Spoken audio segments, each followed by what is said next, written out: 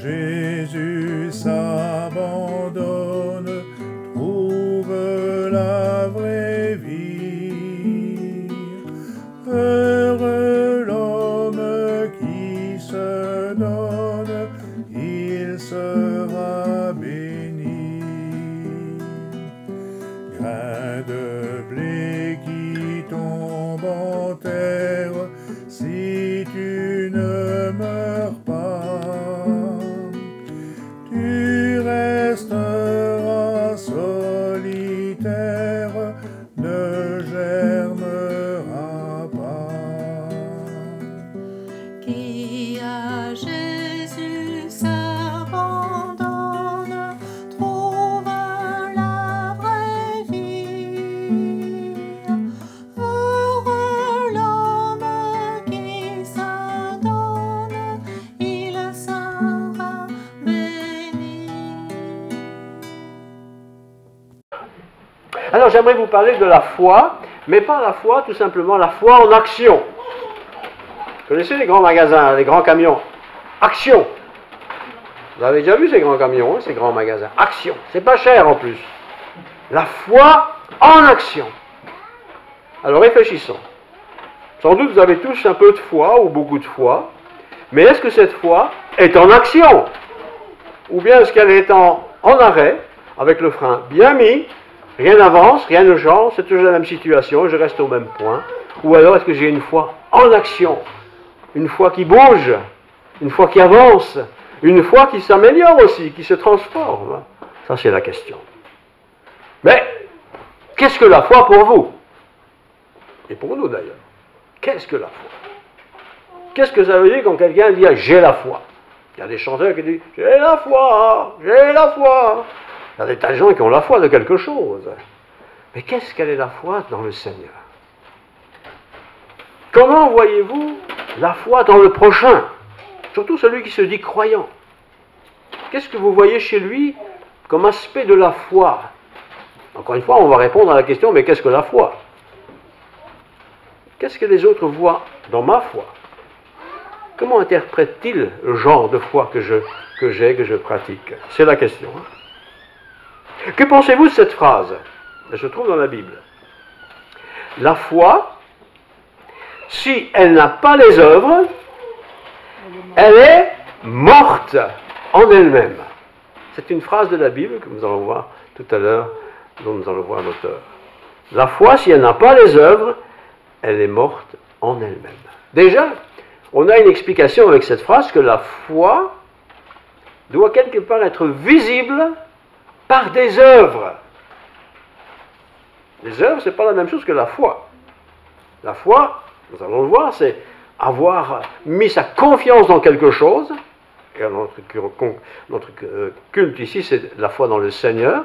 Mais cette foi dans le Seigneur ne peut pas se limiter simplement à un raisonnement intellectuel ou émotionnel. Il doit se transformer aussi dans des actions. Vous voyez ces paquets, par exemple, là, les derniers jours que vous les voyez. Eh bien, ce sont des paquets préparés par l'un ou à l'autre pour faire plaisir à des enfants qui n'ont pas grand-chose ou rien. Ils vont le recevoir, ils auront beaucoup de plaisir, ils vont se réjouir.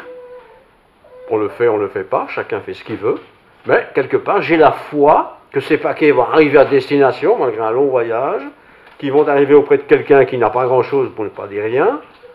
Et on imagine que la personne, le petit garçon, la petite fille, va être joyeux en cette fin d'année, à l'époque de Noël, de recevoir un cadeau dont on ne sait pas la source, mais ça va être... Et notre joie, c'est de savoir que quelqu'un va recevoir ça. C'est la foi en action, un élément, un exemple, évidemment. La foi sans les œuvres est donc quelque chose qui n'est pas tout à fait vrai. La foi sans les œuvres, dit l'Écriture, elle est morte.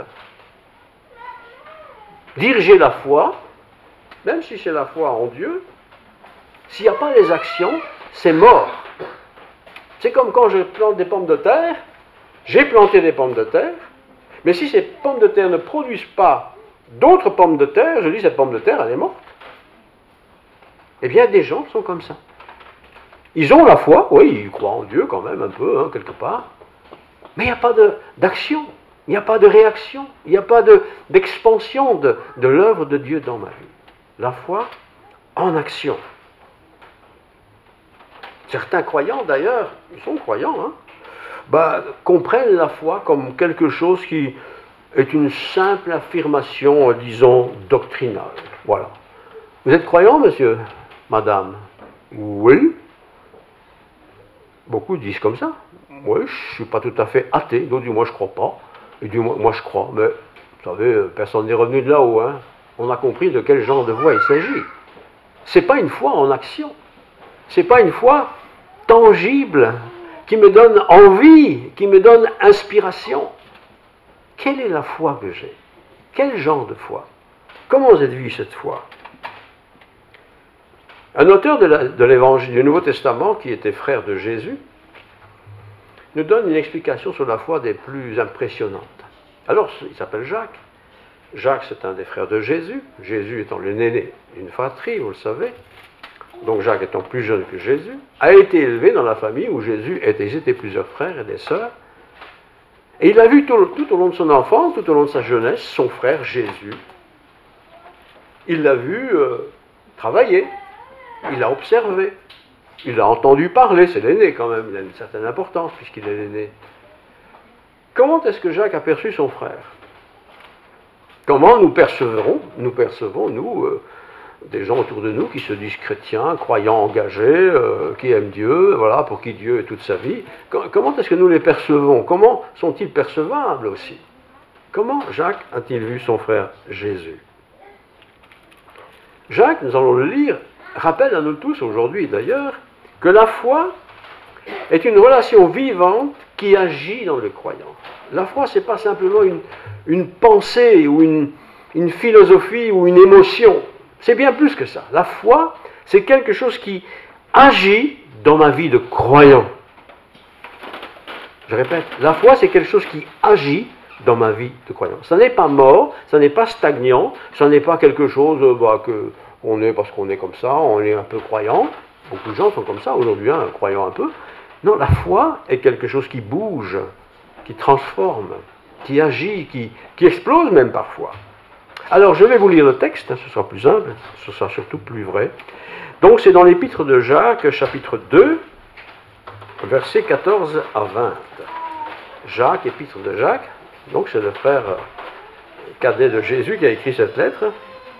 Jacques 2, versets 14 à 20. Mes frères, que sert-il à quelqu'un de dire qu'il a la foi s'il n'a pas les œuvres? Ça sert à quoi? Cette foi peut-elle le sauver? Question, sauver de quoi? Si un frère ou une sœur sont nus, n'ont pas de vêtements, en manquant de la nourriture de chaque jour, et que l'un d'eux d'entre vous leur dise « Allez en paix,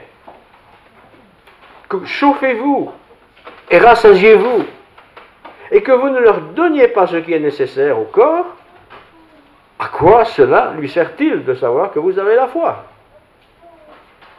À quoi ça sert?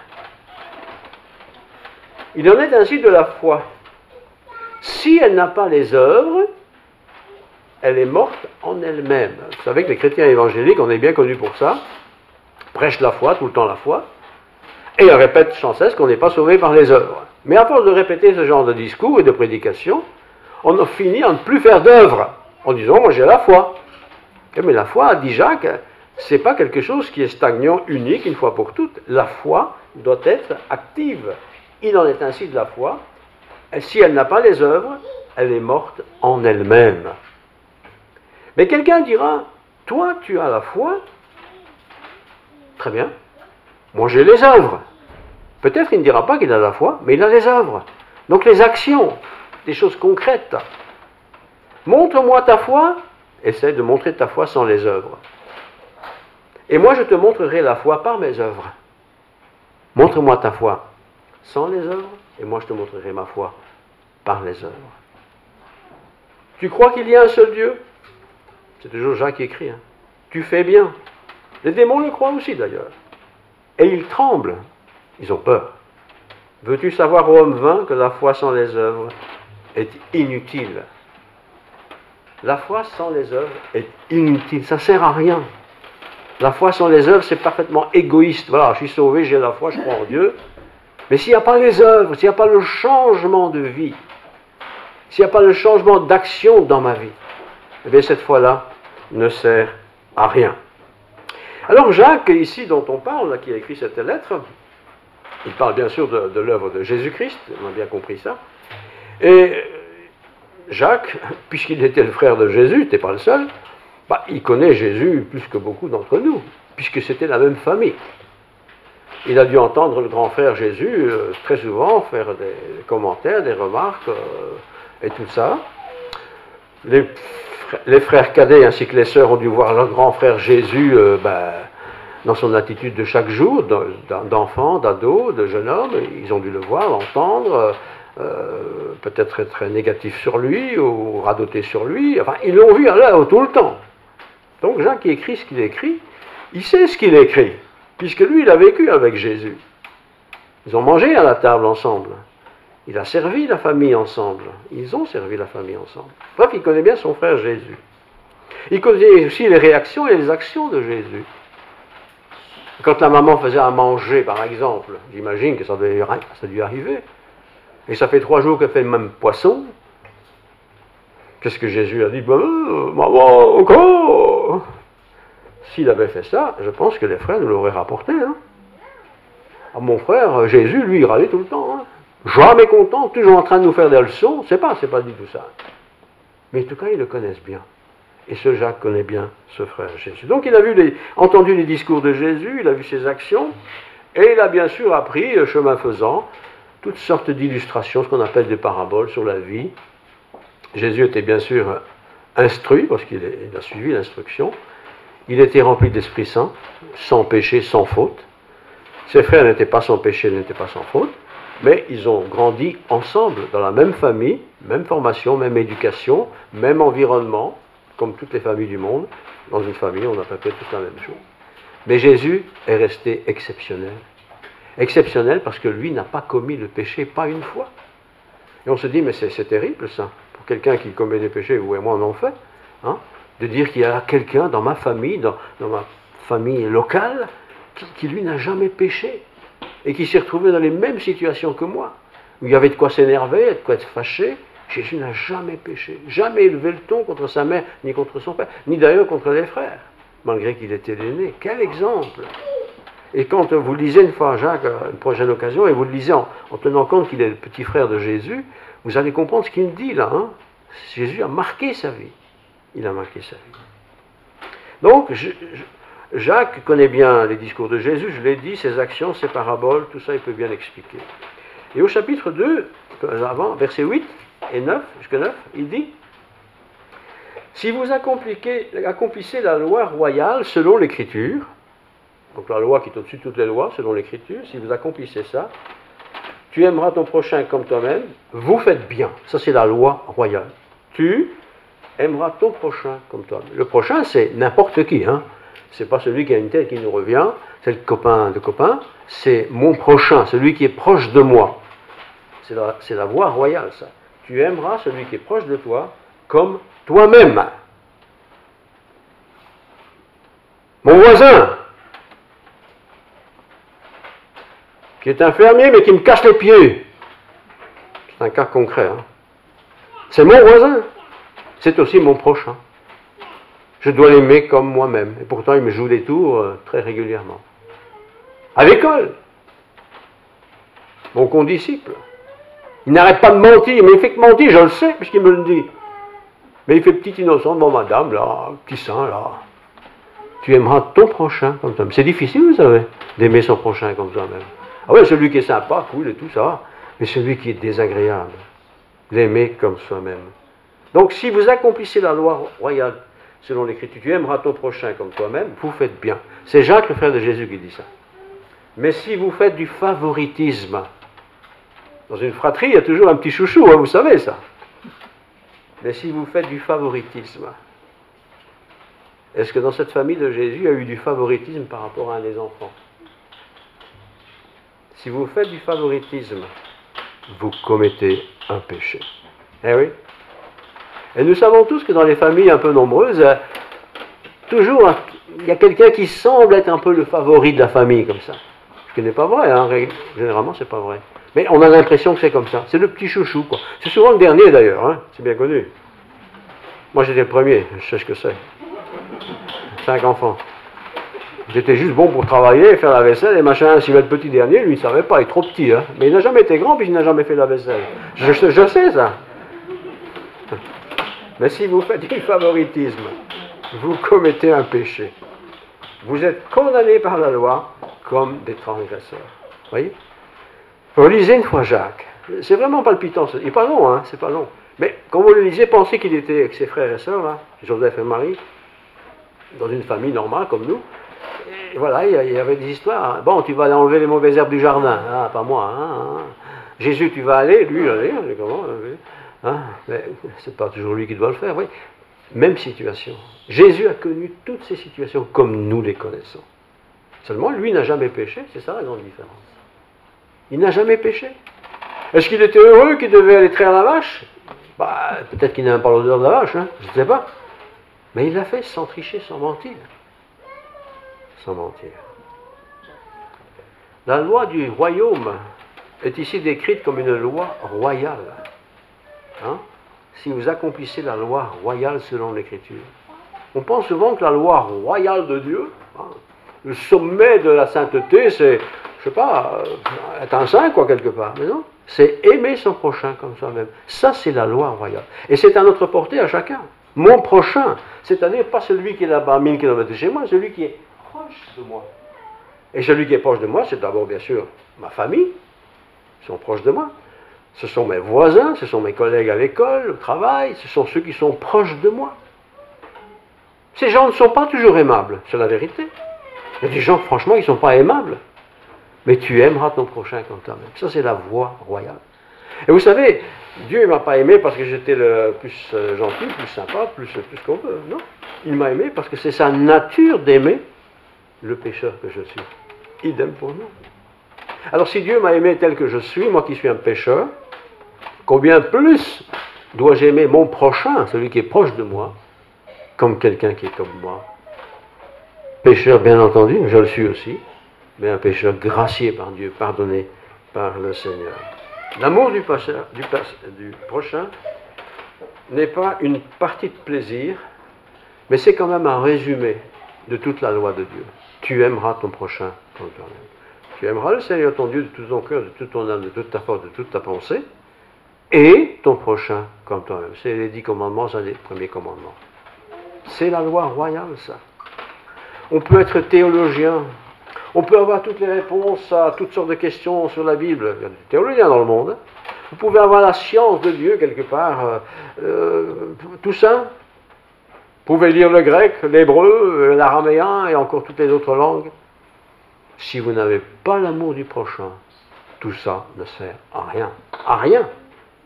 À rien. Vous savez, quand on sera devant Dieu au ciel, quand l'heure de notre mort arrivera,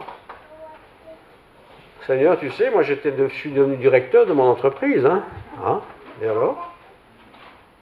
Le Seigneur le sait de toute façon. Seigneur, quand même, c'est bien, non? Oui, mais qu'est-ce que tu as fait pour ça? Ah ben, j'ai travaillé, hein? Oui, tu as travaillé? Tu n'as pas un peu critiqué celui qui aurait aussi pu être directeur? Oui, mais enfin, quand même, il méritait, lui, pas moi. Oui, c'est ça. C'est ça l'orgueil. C'est ça la malhonnêteté. Dieu connaît nos pensées. Pas besoin de tourner autour du pot. Il connaît le fond de mon cœur. En apparence, il y a ça, de l'apparence, hein, mais dans mon cœur. Et Jacques écrit cette lettre, je suis très touché par Jacques, parce qu'il connaît son frère Jésus. Il sait que son frère n'a jamais dit une parole hypocrite, jamais. Il n'a jamais fait une action pour se faire remarquer. Vous voyez? Il n'a pas dit, je vais aller m'en occuper pour dire, moi je l'ai fait, moi je ne l'avais pas fait. Jamais. Et c'est l'exemple qu'il nous donne. Il ne faut pas copier des gens qui sont bien, il y a un tas de gens bien dans le monde. Mais ce sont des gens pécheurs qui ont fait des bonnes choses, sans doute. Je dois regarder le Seigneur. Bien sûr, je peux bien avoir des modèles un peu autour de moi, sans doute, mais ce sont des modèles imparfaits. Le modèle par excellence, c'est celui du Seigneur. Et Jacques, ça, il le sait bien. Son frère Jésus. L'amour du prochain n'est pas une partie de plaisir, mais c'est un ordre de Dieu. Tu aimeras ton prochain comme toi-même. C'est vrai qu'il y a des gens qui ne s'aiment pas. Je suis trop petit. Ah ben moi je suis trop grand. 2,10 m. La moyenne c'est 1,80 m. Ils ne s'aiment pas. Il y a des gens qui ne s'aiment pas. Et parce qu'ils ne s'aiment pas, ben, ils n'aiment pas les autres. Et ils ne supportent pas quand quelqu'un s'aime lui-même, ça l'agace. C'est difficile. C'est pas facile d'être chrétien, je trouve. Oui, être christianisé, on n'est pas musulman, mais être chrétien, fondamentalement, c'est pas difficile. Être comme Christ. Et pour être comme Christ, il faut lire les évangiles. Et Jacques en particulier, qui lui l'a bien connu, évidemment, en tant que Jésus, non Messie, enfin non serviteur pour le peuple, donc encore à la maison. L'amour du prochain n'est pas une partie de plaisir. Verset 9. Mais si vous faites du favoritisme, vous commettez un péché, vous êtes condamnés par la loi comme des transgresseurs. Transgresseur, c'est celui qui ne respecte pas les lois. Vous transgressez la loi. Combien de fois Jésus a fait la remarque aux pharisiens, le top des modèles, là. Vous transgressez la loi. Vous tordez le sens de la loi, l'esprit de la loi, en votre faveur. Et ici, Jacques nous dit la même chose. Nous ne devons pas transgresser la loi de Dieu. Et combien au cours de l'histoire, combien, c'est pas mesuré, des gens ont tordu le sens de l'évangile à leur profit. Escroquer les gens. Combien il y a des gens qui ont été escroqués par d'autres soi-disant chrétiens au nom du Christ, et en fin de compte, ils ont été escroqués pour eux-mêmes, ceux qui voulaient faire du mal au nom du Christ. Que votre oui soit oui, que votre non soit non. Que ton baiser ne soit pas un baiser d'hypocrisie. Et il y a des tas de versets comme ça. Intégrité, honnêteté, pureté. Et bien entendu, reconnaître aussi que, de temps en temps, peut-être régulièrement, je me plante, quoi. J'ai pas tout à fait été honnête. J'ai dit ça va, et en réalité, ça n'allait pas parce qu'il m'énerve. Ça, tu n'as jamais vécu ça? Bonjour, hein. Hypocrite. Hypocrite. Et on est tous un peu hypocrites sur les bords, hein. Mais il ne faut pas le rester, il faut changer, il faut avancer. Le problème aussi dans la vie, c'est qu'il y a du favoritisme. Verset 9. Si vous faites du favoritisme, vous commettez un péché. Vous êtes condamnés par la loi comme des transgresseurs. Le favoritisme. Voilà, il y a une dizaine de paquets, 12 paquets. Imaginez que c'est moi qui dois les distribuer à 15 enfants, mais il n'y a que 12 paquets. Qu'est-ce que je fais? Comment je fais? Enfin, ma vie, c'est pas compliqué. Tu prends 3 nouvelles boîtes, tu en prends un peu partout, tu les mets dedans, et il y en aura 13. Ouais, bon, c'est vrai. Mais si j'ai que 10 boîtes et qu'il y a 12 enfants, comment je fais? Ah, toi, hein, t'as pas été gentil, hein, tu m'as bien cassé les pieds pendant l'année, pas de boîte. L'année prochaine, peut-être. C'est du favoritisme. Parce que c'est un cadeau. Un cadeau, c'est pas fait parce qu'on mérite rien. Vous voyez? Du favoritisme. Ah, dans l'église, toi, tu pourrais bien, oui, tu pourrais bien. Et voilà. Mis en valeur, un peu de favoritisme, quoi. Une bonne tête, t'as une bonne bouille. Vous voyez, il ne faut pas qu'il y ait du favoritisme. Pas facile à faire. Idem dans les entreprises, idem dans la vie de tous les jours, idem à l'école. Oh, conseil de classe, j'ai participé à quelques conseils de classe. On connaît les débats, hein. Si c'est quelqu'un qui est gaspillé, ouais, c'est bon, hein. Passera en septembre, hein. Quelqu'un qui est gentil, super cool, toujours poli, machin, serviable. Oh, mais lui, il est gentil quand même, ça aide. Bon, oui, peut-être, il a raté son examen quand même. Favoritisme. Alors, quand ça se passe dans le cadre de l'Église, c'est encore pire. Parce que nous parlons de Dieu, là. Hein? Attention à ne pas faire de favoritisme. D'ailleurs, le Deutéronome, chapitre 1, verset 17, dit ceci. Et il s'adresse à tout Israël. Vous avez vu le texte, hein? Deutéronome 1, 17. Vous n'aurez point égard à l'apparence des personnes. Vous n'aurez pas égard à l'apparence des personnes dans vos jugements. C'est-à-dire, il a une tête qui ne me revient pas. Ben lui, ou il est blanc, ou il est noir. Vous savez, c'est ça, ça marche. Hein. Vous n'aurez pas égard à l'apparence de vos jugements. Vous écouterez le petit comme le grand. Le petit, c'est celui qui est un peu modeste dans la vie. Un enfant, vous l'écouterez. Un ado, vous l'écouterez. Une femme, vous l'écouterez. Un homme, vous l'écouterez. Vous n'aurez pas égard à l'apparence. Vous n'écouterez pas le petit comme le grand. Vous ne craindrez pas un homme, car c'est Dieu qui rend la justice. Et combien de fois des justices ont été prononcées, enfin, des jugements ont été prononcés en faveur de l'un ou de l'autre, parce qu'on avait peur de cette personne ou de cette réaction, ou on avait peur de ne plus être dans sa manche ou dans son copinage. Il ne faut pas qu'il en soit ainsi. C'est pas facile, ça. C'est pas facile. C'est une pratique qui existe toujours de nos jours, hein, vous le savez bien. La pratique des œuvres est aussi parfois utilisée comme une espèce d'arrangement pour profiter des grâces de Dieu. Les œuvres. C'est vrai que la foi sur les œuvres est morte. Mais parfois on fait tellement d'œuvres en pensant que notre foi va devenir vivante, mais ce sont des œuvres qui sont mortes parce que faites dans un mauvais esprit.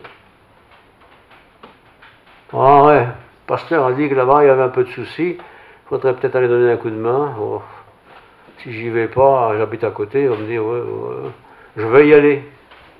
Il y va, traîne la jambe évidemment. C'est de l'hypocrisie. J'ai pas envie d'aller, j'ai pas envie de l'aider. Alors que faut-il faire? Ben, il faut sûrement déjà confesser au Seigneur parce que j'ai pas envie d'y aller. Parce que les motivations qui me donnent de ne pas avoir envie ne sont pas sûres, ne sont pas nobles, ne sont pas belles. On a besoin de confesser ça. Je suis sûr que Jacques, à temps en temps, il va avoir une dispute avec son frère. Je n'ose pas imaginer le contraire, même si Jésus était Jésus. Ils ont eu certainement des disputes. Le ton a dû monter de temps en temps, j'imagine. Mais Jésus est toujours resté sans péché, dans tous les cas. C'est certain. Je relis le verset 9, 2, 9. Si vous faites du favoritisme, vous commettez un péché, vous êtes condamnés par la loi comme des transgresseurs. Je relis. Hein. Si vous faites du favoritisme, vous commettez un péché. Moi, je n'ai pas volé, je n'ai pas tué, d'accord. Mais est-ce que tu n'as jamais fait de favoritisme? Et si je l'ai fait, et je l'ai sûrement fait, tu commets un péché. Et puisque tu as commis un péché, tu ne peux pas entrer dans mon ciel sans passer par le Christ. Et c'est pourquoi nous sommes tous des pécheurs. Il y a des gros péchés, il y a des péchés, disons, à la taille humaine qu'on apprécie, mais pour Dieu, nous sommes tous des pécheurs.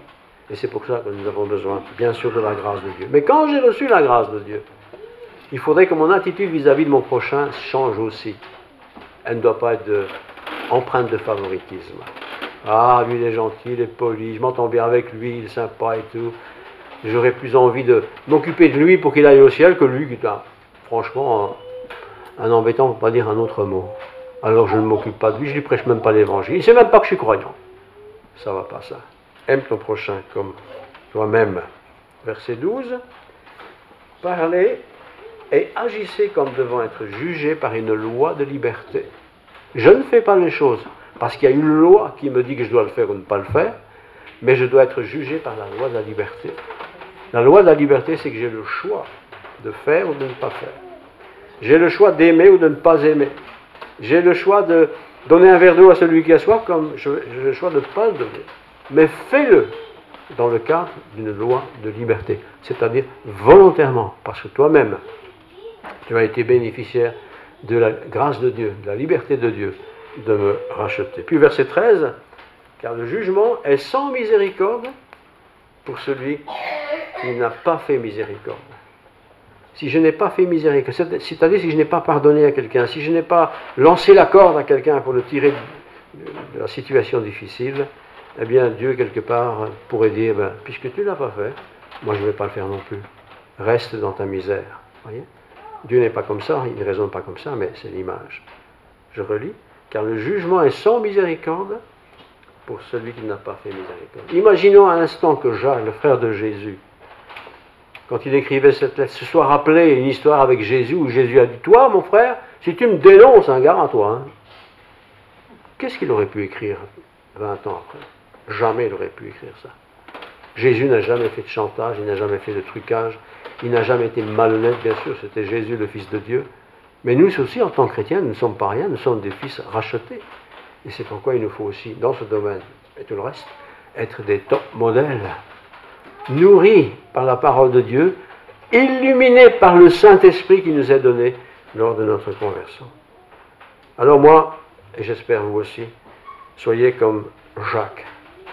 Reprenez une fois tranquillement dans la semaine ou la semaine prochaine, enfin ces jours, c'est pas long, Jacques, et de relire Jacques et de dire, tiens, moi je suis le Jacques qui a écrit ça, et Jésus est mon frère. On vit dans la même famille, et vous imaginez des situations que vous avez vécues, qui vous ont fait mal, qui vous ont blessé, où vous avez subi peut-être des injustices, et vous dites, tiens, et si c'est pas moi, mais que c'était Jésus, comment est-ce qu'il aurait agi ou réagi? Vous allez voir comme ça aide. Vous allez voir comment ça transforme notre attitude de encore bouder, parfois 4-5 ans après. Lui, je lui pardonnerai jamais. Combien de fois j'ai entendu ça? Et la chose s'est passée il y a longtemps, très longtemps. Peut-être que lui ne s'en souvient même pas. Mais moi je m'en souviens parce que je n'ai pas envie de lui pardonner. Ne va pas te coucher sur ta colère, vous connaissez ce verset. Ne va pas te coucher sur ta colère. Parce que si tu vas te coucher sur ta colère ou ta rancune, le malin, lui, va rajouter une petite couche. Et tu vas te lever, toujours en colère, avec une couche supplémentaire. Non. Sois juste, sois droit. Et rappelle-toi, et je termine, que tu étais pécheur aussi. Jamais tu ne peux mériter le ciel. Mais Dieu a donné sa vie en Jésus-Christ pour nous. Faire de nous des saints, des gens de son royaume, appelés bien sûr à vivre en sainteté auprès de ceux qui sont proches. C'est bien d'aimer ceux qui habitent aux États-Unis, mais là je ne les connais pas, mais ceux qui sont proches de moi, je les connais un peu, ou beaucoup. Sois juste avec eux. Aime-les. Et s'ils t'ont fait du mal, pardonne-leur. N'attends pas qu'ils viennent faire des excuses, pardonne-leur dès le départ. Et s'ils viennent s'excuser, pas de problème, tu as déjà pardonné, l'affaire est déjà réglée pour moi. Mais ne reste pas avec ça sur ton cœur. Ça détruit la santé, ça détruit le cœur, ça détruit mon sommeil, ça détruit la vie en fin de compte. Prions. Seigneur, merci pour ce texte de l'apôtre Jacques, qui a vécu toute son enfance, son adolescence, sa jeunesse avec Jésus, qu'il a vu vivre, qu'il a vu travailler, qu'il a entendu parler, communiquer. Il a observé comment il agissait, répondait. Quelle inspiration. Mais malgré tout ça, il était pécheur, il avait besoin aussi d'être sauvé. Et pour qu'il soit sauvé, il fallait que le Christ meure aussi pour lui. Comme tu es mort d'ailleurs pour tous les hommes, et pour nous ici ce matin certainement. Merci Seigneur. Et puisque tu nous pardonnes par ton sang, par ton sacrifice, nous voulons aussi enlever de nous tout ce qu'il y a d'encore de racines d'amertume, de choses qui doivent être oubliées, pardonnées, effacées. Tu peux faire ça avec ton esprit en nous, Seigneur. Merci. Donne-nous de ne pas être chargés de quelque chose que nous ne voulons pas porter ou plus porter. Purifie-nous, Seigneur. Et nous serons ainsi plus blancs que la neige. Et nos paroles ne seront pas que des mots, mais elles seront aussi le résultat d'une vie transformée par ta grâce. Que la grâce de Dieu, la paix du Christ, la plénitude de l'Esprit Saint soit sur nous tous, sur nos familles, sur notre travail, sur nos études, enfin, tout ce que nous faisons. Que ce soit béni par toi. Au nom de Jésus. Amen. Amen.